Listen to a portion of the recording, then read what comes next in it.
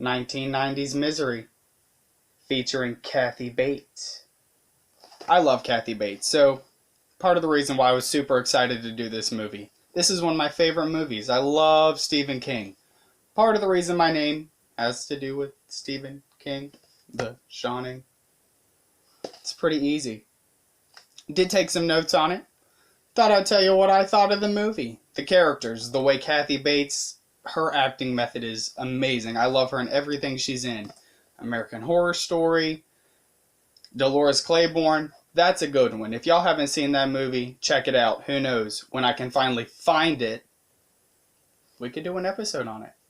You never know. If you like it, we can do it. And that's one of Stephen King's non-horror movies. So, don't get your hopes up. It's just a good movie. So, here we go. Let me get my phone. I lose my phone all the time. It will happen multiple times throughout like every episode I do. I can't help it. I lose it every time. Got a sip of OJ in my Spirit Halloween Child's Play cup. It was $2. They put all that stuff in the line and I can't help it. I buy it every time. Alrighty. So, I thought I'd just start off by reading the plot. It's the easiest way to go. Can't go wrong with that. Alrighty, so here we go. Novelist Paul Sheldon, James Caan, doesn't remember the blinding blizzard that sent his car spinning off the road, nor does he remember being nursed back from unconsciousness. All he remembers is waking up in the home of Annie Wilkes, Kathy Bates, a maniacal fan who is bent on keeping her favorite writer as her personal prisoner for the rest of his cock-a-doodle life. The last line is my favorite thing. On the back it says 3 stars. That's a disappointment.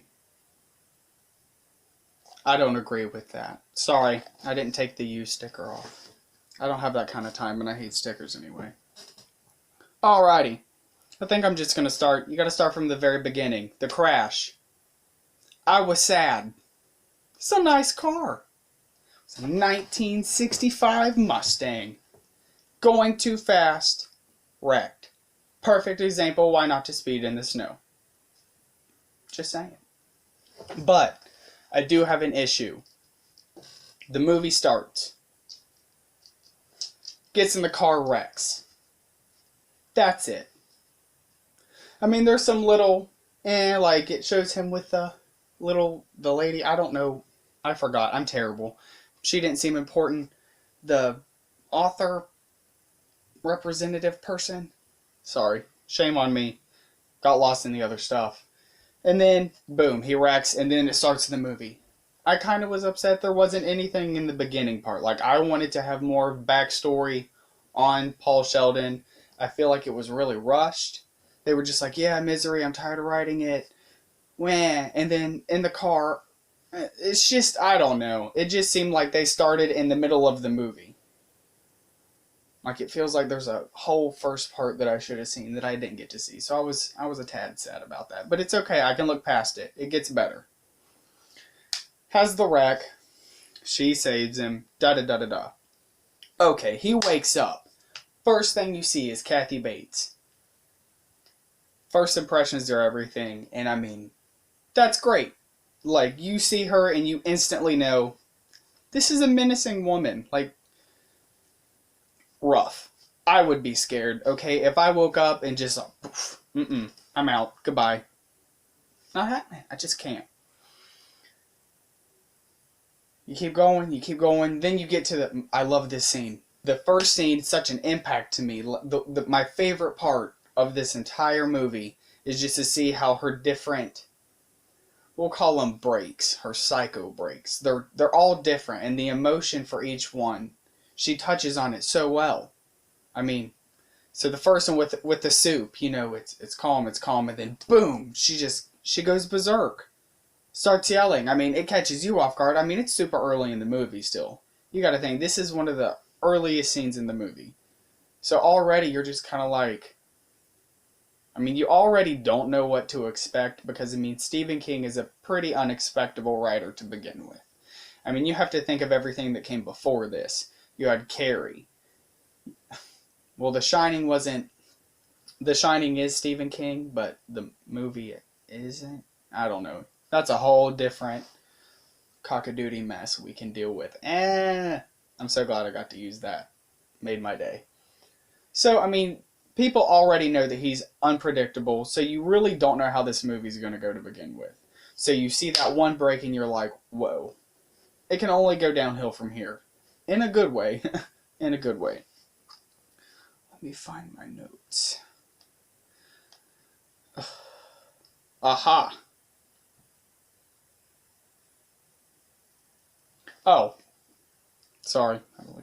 Another great thing I love. That was redundant. Didn't mean to say that. Another great thing in the beginning part of this movie. She straight up admits that she follows him and was watching him. Like, right there. He is crippled in the bed. His legs are purple. Both of them, like Thanos purple. Okay? And she's just, yeah, I'm following you. I'm your number one fan. No. No. I'm out. I would have sprung from the bed. There's no way. That is so creepy. I instantly, my insides, butterflies, freaked me out. They introduced that so early. Movies don't do that, but they did. Like, it was creepy. Like, they did not ease you into this movie at all. They went straight for the throat. So you're already like, dang, this is already escalated quickly. So that happened. Then you have the, look what you made me do, floops. Flips the soup. It's crazy. Super early in the movie, but great scene overall. I love it. It definitely wakes you up. You are ready for the rest of this movie.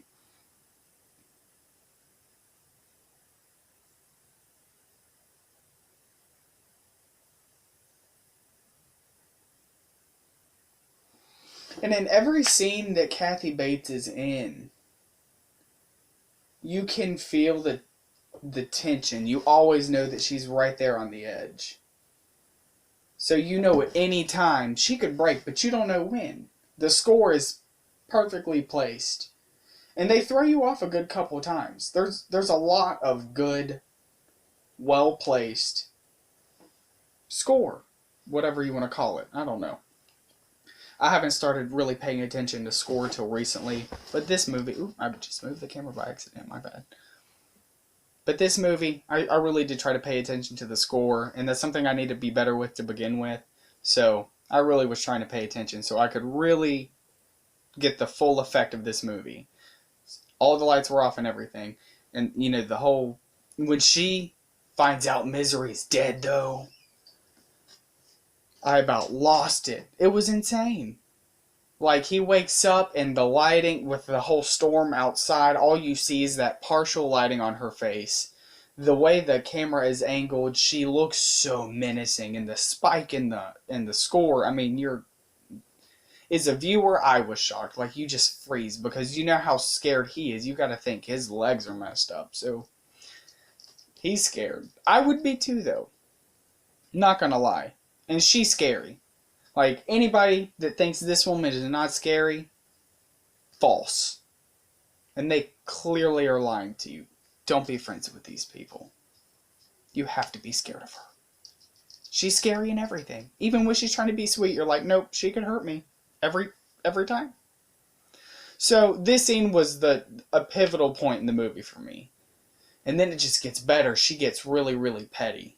And really just sneaky with it. She makes him burn that book because she knows everything about him, the ins and outs of him. She knows that he only has the one copy, and that just adds every little part like that. Like how she's like, you only keep the one copy, and then she gives all that long backstory.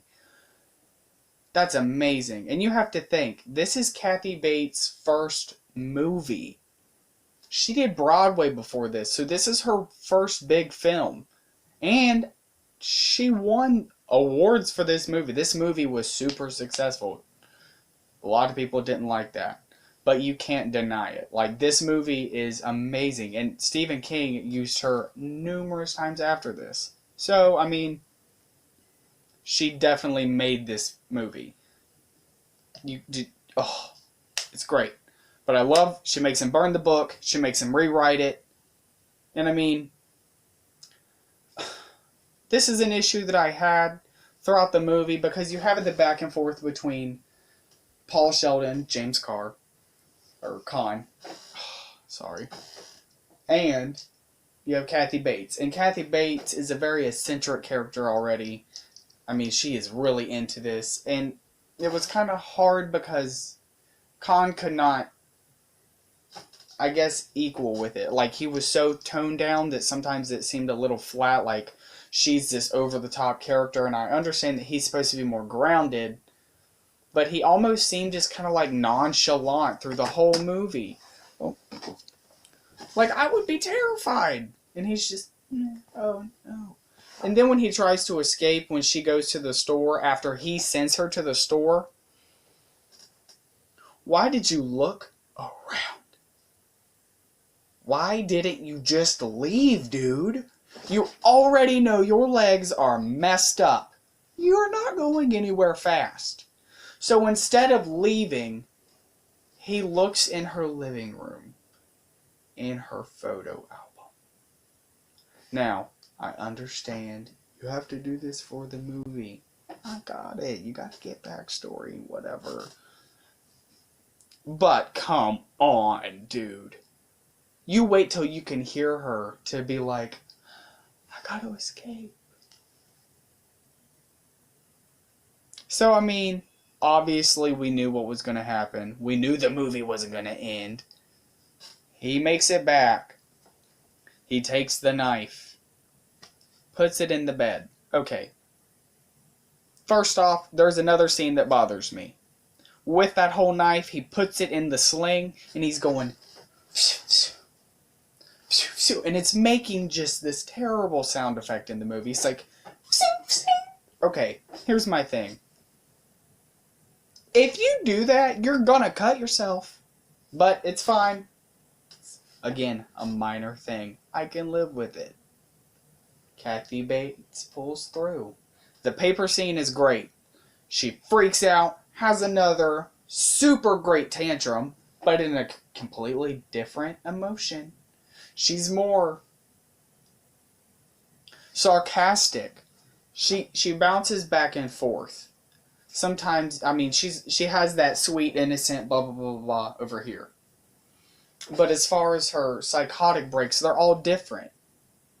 She has the sarcastic ones, and then she has the just straight up evil ones. And we'll talk about one of the, well, y'all already know the scene we're getting to.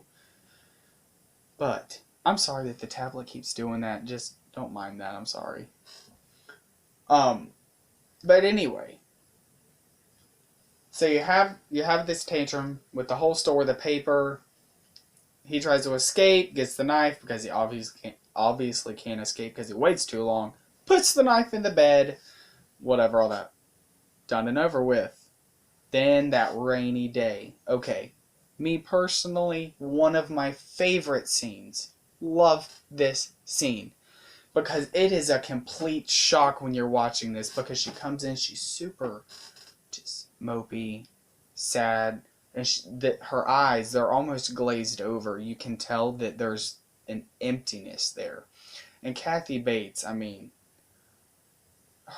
Jack Nicholson and Kathy Bates, very, very much so, their facial expressions, their eyes, tell the whole story.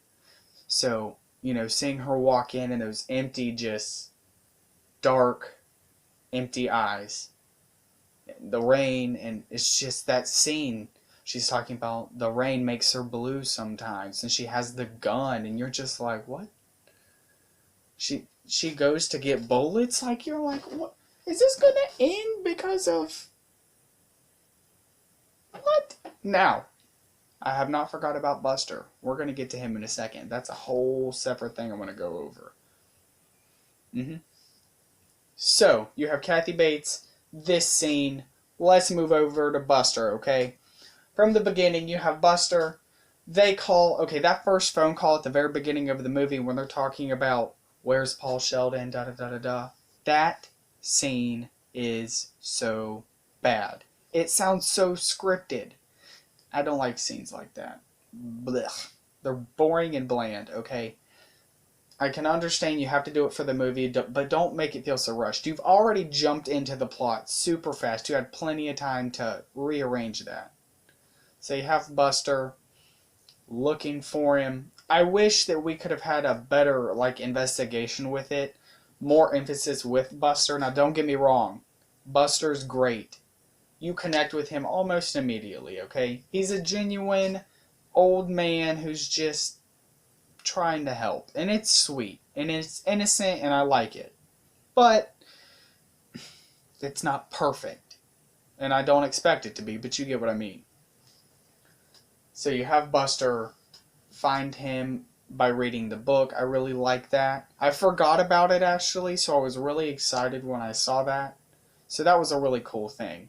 I'm really glad I got to see, how he saw the quote in the book and then, it connected, and I wish we had more of those puzzle piece connection type scenes in the movie because I really liked that. It made it feel more like a mystery. And Castle Rock Season 2, I haven't finished it yet, but it kind of has a hint of that. But I wish we could have saw this in the movie. So it is what it is. But so you have the whole Buster thing happening, and then we have Kathy Bates. Let's get back to this part. So let's skip to the hobbling, the worst one. This scene, to this day, I still close my eyes sometimes. I can't help it. It's gross, okay? But it's so effective. That scene has remained iconic through horror history. When someone says the hobbling, you instantly know what they're talking about. So, as far as that goes, they succeeded. And it was a perfect thing for her to do. Now, originally, it actually was not supposed to be the hobbling. It was supposed to be, I believe, he actually was supposed to get his foot cut off with an axe. I think that's what it was in the book, but obviously they could not put that in a movie in 1990. It would have not been allowed in theaters, and that would have been really odd for a King movie at this time. You have to think of everything before that. Wasn't really, you had Cujo, which Cujo was actually, for its time, pretty gruesome if you've watched it, which we're going to do an episode on that soon, because I just watched it, and I was shocked at how good that movie really is. So let's move on to, oh, by the way, Dirty Birdie's the funniest thing ever. Every time she would say it, I could not help but to laugh. It was so funny. I thought I would tell you all that. I don't know.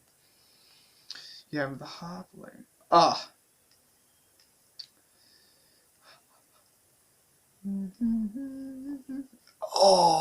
I forgot about this part.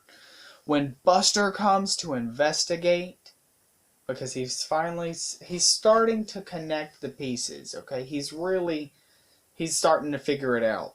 And so her cover-up for why she has the typewriter, because she's such a devoted fan and she heard it in a dream. It's like she knows that she's crazy and she's like, well, I know these people are going to believe it because I'm cockadoodie crazy. So, I was like, wow, that's smart. That was a genius decision to have that in the movie. So, I was ecstatic. And so you have that. And then Buster, he leaves. Now, mind you, poor old cripple James Caan is in the basement and he knocks over a grill. Here's my thing. Why wouldn't you just yell? You waited all the way. This is, again, most of the issues I have with this movie have nothing to do with Kathy Bates. Now, don't get me wrong. I'm not just saying that James Caan did terrible in this movie. I'm just saying, and it's not his fault. That's just how it was written. So, I'm just saying. But, you could have yelled, dude. You're gonna wait and then knock over a grill. But I still like the death scene, even though it was super sad. Buster is dead. Shotgun. I was just... What? I didn't know what to do. I was like, okay, I thought she was going to push him down the steps. No. Went a whole different direction with that. But it's okay. It was effective. I was shocked. Then you have the final wish, or whatever you want to call it. They decide that they're both going to kill themselves after the book is finished. Kill themselves. We all know better. But we knew the end was near. So, now I know I'm skipping a few scenes, but for time's sake, some of them aren't important. We'll go back and talk about them. We'll call them the honorable mentions. Like you have the dinner scene with the pills, and we'll talk about that later, but they're not really that to me, but we'll cover it briefly. So then you have the end part where they start the final fight scene, where he finishes the book. You know, he has the three things. She gets the champagne, the cigarette, and the match. She goes to get the second glass of champagne, and you know it's about to start. He gets the book ready, and you know I thought he was going to go ahead and start burning it, but he waited for her to come in. I would have went ahead and started, because then she would have went ahead and freaked out, and boom, you could have got her. But it's fine. Start burning the book. He hits her in the head with a typewriter, okay? She gets up almost immediately. I have a typewriter, okay? It's with the rest of my Stephen King books over on my desk. They're not light. They're heavy. Like in the movie when you see him just flinging that thing up in the air. I would throw something out. Those things are so heavy. I don't know how she got up, but she did. And the brawl starts. They just keep going. There's choking, and she pushes his head in the window, and all kinds of... I mean, it's a brutal fight scene, and it's bloody too. I did not expect it to be this bloody, but it was. And then he gets the burnt book and stuffs it in her mouth. I thought it was kind of funny. I was like, well, okay. I mean, revenge is sweet, I guess. Hits her in the head. Hits her in the head again. You think she's dead. You think it's over. Okay. This fake out bothered me because you could sense it. Like if they would have planned it like they already, the score and everything, and the way that Kathy Bates' character already was as Annie Wilkes. She was already sporadic as it is. So you knew what was going to happen. So, you know, they stopped the score. It was real quiet. You heard him crawl. But all she did was flop on top of him. Come on. You could... You know, I was expecting some crazy facial expression, something. You know, it's fine. We didn't get that. And then, all of a sudden, metal pig to the head. And you're dead. That needs to be my new slogan. Metal pig to the head, and you're dead. Like it. Overall, though, you have you have everything up to this point. All those mental breakdowns, all of those, you know, he tries to escape. He has the pills. He tries to put it in her drink, and she spills the wine. By the way, do you think she knew that there was something in her drink, or do you think it was genuinely an accident? I actually don't know. I want to say that she knows. For the sake of the movie, I'm going to say that she does, because that would add an extra level of suspense for me. But I don't know. Maybe not. So, you know, that was exciting. So all these little intricate things, you know, he's rewriting the book, all that, leading up to that epic fight scene. Little short. Wish it was a little bit longer, because everything that had led up to this point was pretty insane. And you have to think, I don't know the exact amount of time, but this has been a several month thing. I mean, enough time for him to write a whole book.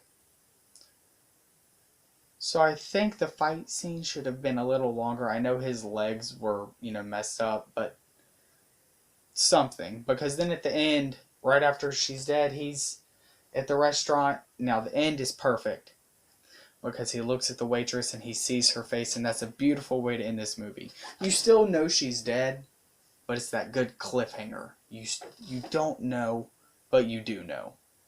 So I really enjoyed it. Overall, I love this movie. I love Stephen King, so I'm like this much biased. As you can tell, there's Pennywise everywhere. I love it. So I think we should rate it by borrow, buy, or burn.